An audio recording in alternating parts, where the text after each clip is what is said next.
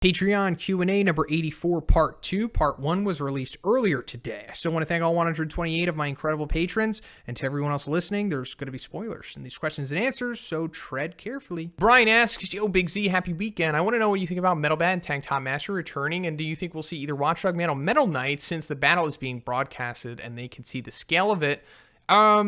So I don't think that they are. I mean, it's possible. Don't get me wrong. Anything is possible right now, because if you would have asked me last week if Metal Bat was going to come back, I would have said no. So it's very possible the Watchdog Man and Metal Knight show up. I just don't think that they are. I think one is saving Watchdog Man specifically for something else, probably the Neo Heroes arc, because he has yet to have any really expansion to him. He's only had one instance where he's fought and maybe 2 instances where he's actually spoken. So maybe he's just saving it for then. I don't think he's going to pull Watchdog Man out for now. And also, I mean, he is in Q City after all, and that's what he's all about. So I don't see why he would leave Q City to go to Z City, unless the battle came to him, of course. And Metal Knight, I don't think Metal Knight's going to show up either. I mean, he already warned them. He already told them, look, guys, we don't have to do this. You just carpet bomb the place. And then the fact that they, straight up said no to him, or at least Child Emperor did, he's like, screw you guys. You made this mess, now you got to clean it up. Second question, who are your non-main characters from Naruto Shippuden? So it's who exactly is a non-main character? I mean, I guess Team 7 and everyone affiliated with them. I'll say that I really like Killer B. Does he count as a main character? I like the Hokages, I especially like the Edo Hokages, when they come back at the end, especially Hashirama. I think that might be the first time that we saw Hashirama's personality, right? When Sasuke brought him back with the help of Orochimaru. Oh, and Orochimaru too, really like him. I think he's a solid character. Kabuto as well. But yeah, Hashirama, his personality is so funny. I did not expect it to be like that.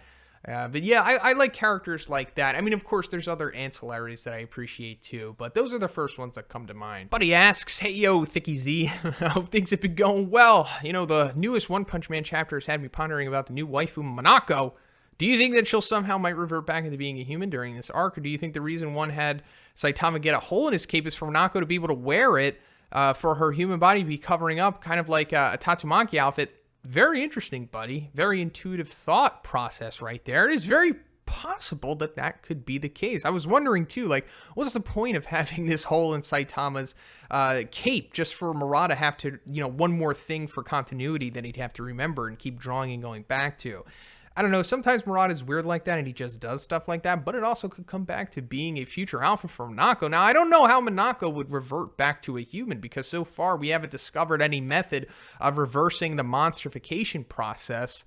It is a very nuanced subject, and I still don't even understand what was going on with Garo at the end of the arc anyway. So the only way I can really think of Monako coming a human is if it's confirmed that she did eat monster cells, which came from Orochi, and if Orochi completely dies, then does that undo the monstrification spell of everyone who ate monster cells? Possibly. I mean, that's all I can really think of right now.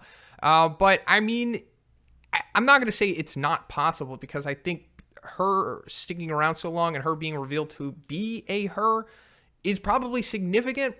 So, I mean, it might happen. I just don't know how it could, other than the Orochi reverse thing. Dino W asks, hey, Shonen, the second month of quarantine is almost up, and I hope we'll all be back before summer. I at least want to take advantage of this night heat wave. I wouldn't worry, Dino. I think it is going to be over in the next couple weeks. I have faith in that. My first question is, this week is actually on the MCU. Are we going into the next phase of the movies that I need a new Avengers roster after Endgame? I wanted to know which 6 characters you wanted in the lineup and that they're going to be for the Avengers to pick. So I've actually kind of got some inside info on this. I do follow this one channel that really keeps up to date on that stuff. And so far it's looking like it's definitely going to be Spider-Man, and he might have the symbiote suit by the time he does wind up in the Avengers movie. But he's going to be the new mascot. He's going to be the new Iron Man kind of. And then it's going to be Captain Marvel for sure. And then after that, it might be Iron Lad. Iron Man's daughter, she might join the pack. I'm unsure about Black Panther, his future in the MCU at all. I know it's weird, but I don't know. There's some kind of wonky stuff going on there. Ant-Man and the Wasp, they're just going to be ancillary. Same thing for Sam Wilson's Captain America. But then I think they're going to try to add Reed Richards, because the Fantastic Four is going to be a very prominent role in the new phase of the MCU, along with X-Men. So Yeah, I think you're right in assuming it's going to be like a Fantastic Four member, maybe two, and an X-Men member. And then maybe the Black Knight or the Dark Knight. I forget. I think his name's the Black Knight, who's going to show up in the Eternals movie. I think he's going to be randomly a part of it too. And then maybe another Eternal. It's going to be a real weird mishmash of superheroes, but I think they're going to do it right. It's not exactly going to be following so much canon the way that it was originally, even though it was loosely in the first place. Second question is on the My Hero. In a scenario where Midnight turns out to be the traitor and they need a new female hero to replace her in UA, they could end up picking Mirko. And if she do become a teacher, which students do you think she would connect with the most? I think Bakugo and Suyu. Take care and stay safe. Hey, you too, Dino. So if that randomly did happen and she was a teacher, which is, a possible future for her now that she is disfigured, unless, Eri reverts her back to normal, I think that she would, for sure get along with Suyu, considering that they have similar quirks. But then as for Bakugo, I think they would probably butt heads. The way that Horikoshi is, typically writes females like this, or at least from what we've seen of Bakugo's mom, the women that are like that, they kind of like dudes that are the opposite of them. They like the real submissive, quiet dudes. So she'd probably go after Ojiro, or somebody like that, rather than the Bakugo type. Joseph K asks, hello, Shonen, hope you're doing all right. I tried to ask questions this last week, but I dreamt I actually wrote it. Maybe I'm dreaming writing this out. No, it worked out this time. I definitely see it. Joseph's. Anyway, the S-Class went into the Monster Association reasoning was not going into the group so that they couldn't be cornered and had a better chance of finding the hostage as soon as possible. If they all came together, what would the result be? Would it be better or worse? Good question. I'm thinking that if they all were rolling together, they would definitely be way more successful in the beginning. I mean, they were already successful in the beginning, but I would think they would definitely plow through everything, especially with Tatsumaki at the forefront. I mean, we already saw a glimpse of this in chapter 94. And Tatsumaki was just completely wrecking everything. She didn't even really need their help. She was saving them. So, I mean, aside from just Tatsumaki wrecking the place, I think them all going together would work out pretty well. And I know that they're not really cohesive in their teamwork, but they are effective. I mean, go back to Melzergard. They were really doing well against Melzergard, and then their intuitiveness working together with, Metal Bat figuring out things. They legitimately defeated Melzergard, as a unit, and I think they could probably do the same thing against the cadres. I mean, of course, it would be a little more difficult, because when we go to, Evil Natural Water, it didn't really matter how many were fighting him. They were just all getting wrecked by him, and of course, it was, long into the battle, but still, there would be a lot more obstacles than that. I mean, it would be way more difficult, because regardless of them working together or not. So it ultimately comes down to Tatsumaki's effectiveness, obviously. I mean, when she gets somehow countered like she does by Psycho Orochi at this point, then the S-Class hero stepping in would help him. But man, it would really be difficult for the Strike team even working together to do something against Orochi. I mean, that's what it would really come down to. Orochi, Black S, Evil Natural Water, guys like that. But I think the results would more or less be the same, because they would ultimately all come together in the end, right? Because they do, eventually. It would just really matter how fatigued they are at that point. MemePriest asks, hey there, Shonen, how's it going? My dude, questions this week are, what would happen if Mosquito Girl absorbed Orochi's blood? Do you think she'll mutate into dragon-level threat? So a few things could happen here. Now, either she absorbs Orochi's blood, and I assume you mean all of it, she's pulling everything, which wouldn't be as big as the amount that she pulled from the city, I assume.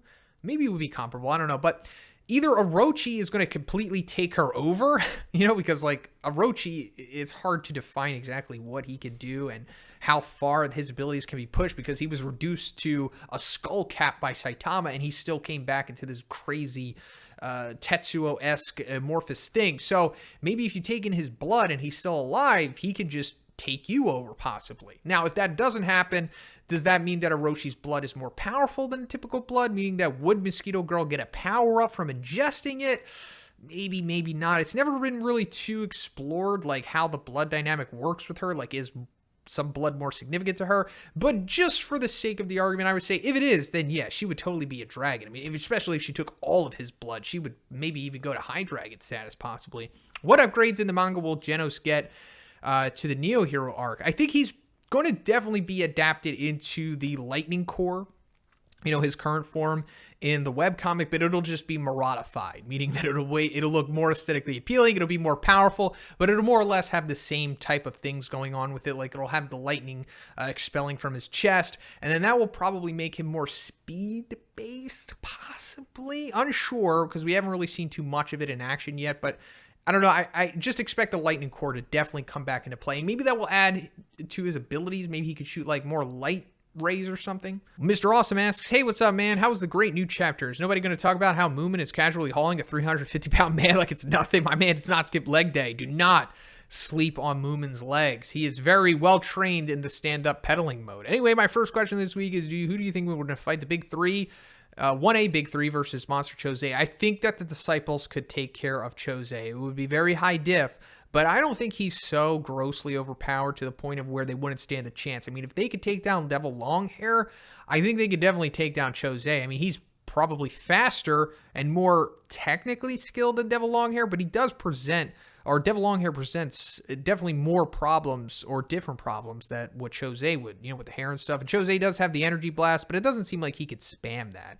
He's more so just, like martial artist and stuff. But considering that Suibaru didn't really struggle too much with them, I think the Disciples could take him. So he's probably like a mid-demon or something like that, similar to how Devil Longhair was. Second question is about Tank Top Master versus Garo. Do you think that Tank Top Master was always going to lose 10 times out of 10? No, I think that Tank Top Master could win, for sure. Maybe it's like even as high as 6 times out of 10, Garo would win, and maybe the other 4 times Tank Top Master would win instead. I think that a Tank Top Master went in there by himself without his Tank Top crew, and he was treating Garo as a monster, like a legitimate full-blown monster, like no holding back, I'm going to kill you as soon as I can. I think the results will be different. I mean, he definitely could beat Garo at that point in time, but Garo is more likely to win. He's just way more skilled, has way more broken abilities, way more durable, more endurance, as we've seen.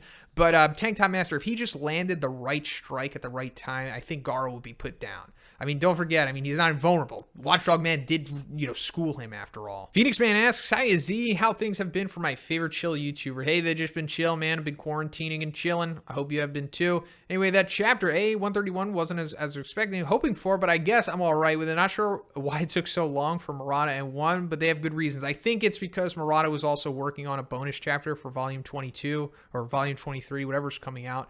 So despite all of the new stuff being added, one thing that still interests me to no end is that the one-eyed monster with Saitama and Flashy Flash, we have a name for her, and now that we have knowledge that she is in fact a she, so at least we can stop calling her Mike Wazowski. So I guess the point is, what do you think One and Murata will have in store for her?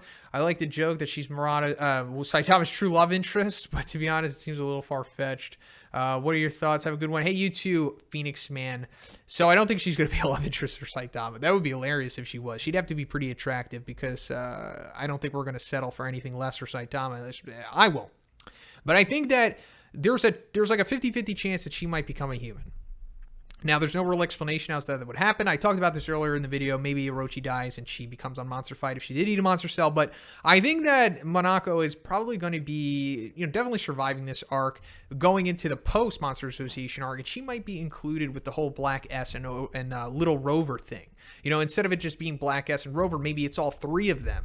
And then maybe Black S uses Monako as like a pawn to help him get back to where he wants to be. So instead of it's like Rover, who can't really interact with Black S, at least on a dialogue stance, maybe it's going to be Monako who is doing that and helping him. Like Monako becomes this like a little henchman or something, and then they all like work together to make this coup to overcome the world pretty much, while the Hero Association and the Neo Heroes are going at it with each other. Something like that. But I do think Monako is going to stick around. Tetsucabruh asks, what's poppin' Z? Who do you think in One Punch Man could actually survive the Emperor Nova, and who do you think can outright tank it? So surviving it, I think that Zombie Man might just be able to survive it. Maybe he's reduced down to like just a finger or something, but I do think that he could come back from it. I don't think it would completely wipe him away. But other than that, I think that Darkshine could definitely tank it. I mean, he could survive it. Why not? Drive Knight, it seems like he could probably survive it too. Maybe Silverfang. I'm going to have to see what Homeless Emperor's light sphere carpet bombing looks like in the manga. But, I mean, if it's as significant as it is in the webcomic, then I think Silverfang might be able to take it, possibly. But then, and then tanking it, like Boros, come on. Orochi, I think he could. And then Awakened Garo, definitely. Characters like that.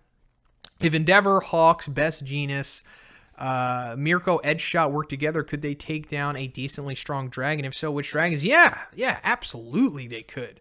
I think them individually could take down, some low dragons by themselves. Like Endeavor, I think he could. I mean, why not? I mean, his quirk is insane. But all of these characters working together, I think could take down maybe somebody as strong as Overgrown Rover, possibly.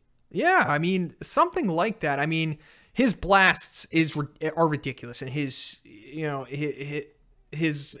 durability would be the highest that we've ever seen probably in the My Hero world. But I don't want to count these characters out, and I do think them working together, they could figure out a way to defeat somebody like that. ThighsOfZeus asks, hey, Shonen, this week my first question is regarding Metal Bat losing his bat. I imagine that if the monster were to taunt Metal Bat, he would be worthless without his bat. Like Garo did the samurai, Metal Bat would immediately start pummeling them with his fists, most likely to win. Do you think he would lose his effectiveness without his bat? So yes, I do think he would, and I don't think we'll probably see Metal Bat fight without his bat. And the only reason I say this is because Murata originally drew Metal Bat like tackling Garo after he lost his bat. Like he tackles him into the manhole cover that Garo throws.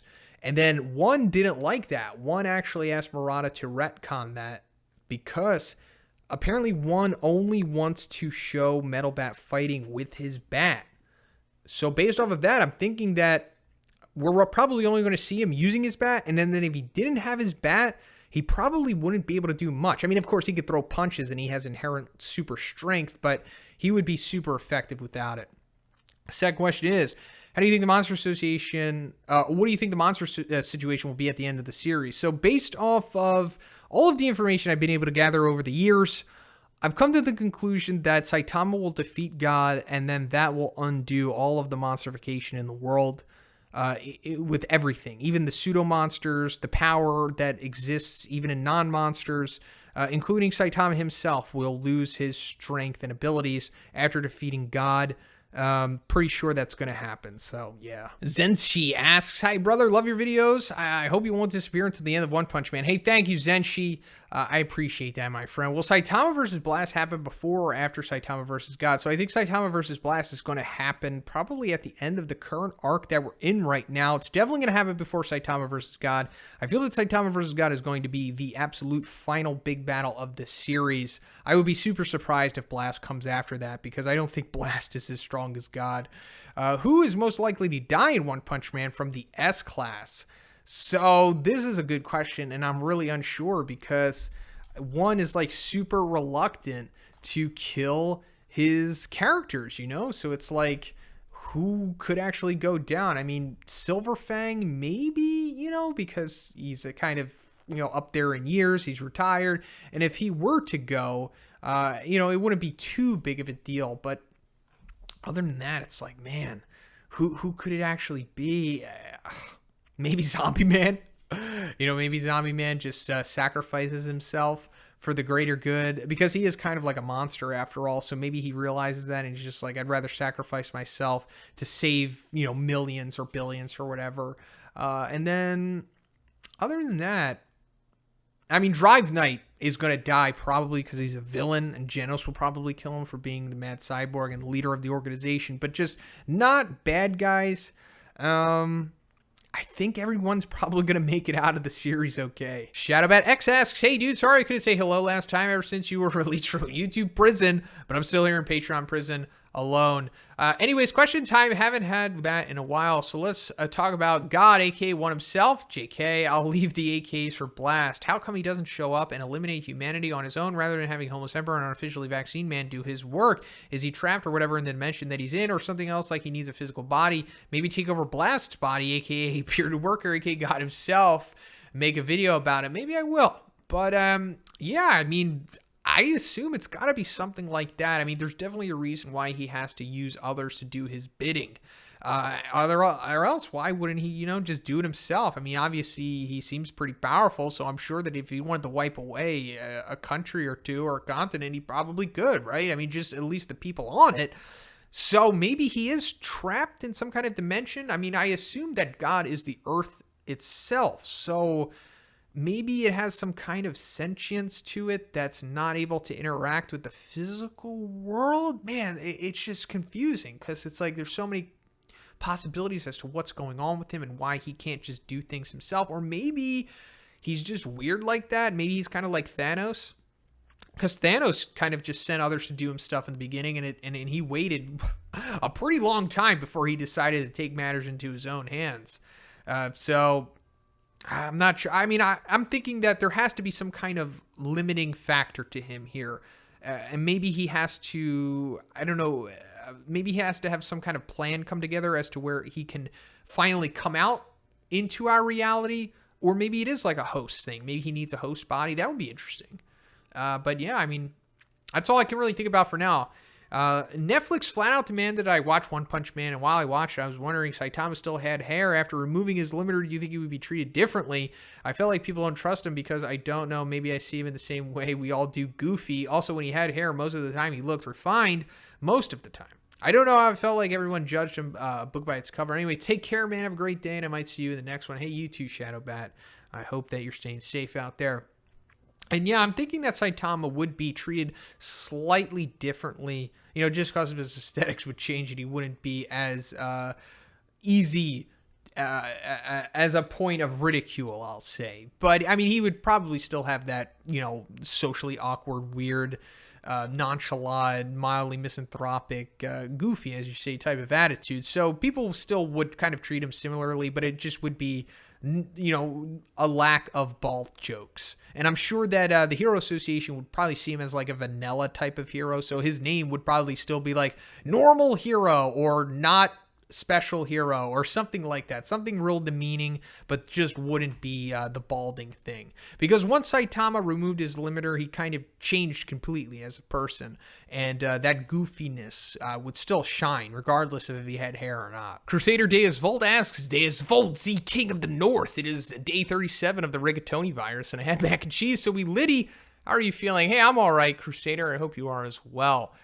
Damn, swole, bro. Anything over 300 is definitely rank Q, as in cutie. Hey, thank you. I don't think it's that impressive, but I'll talk about that more later, but I appreciate that. So my first question is, disaster level hero would you give to Corvo from Dishonored?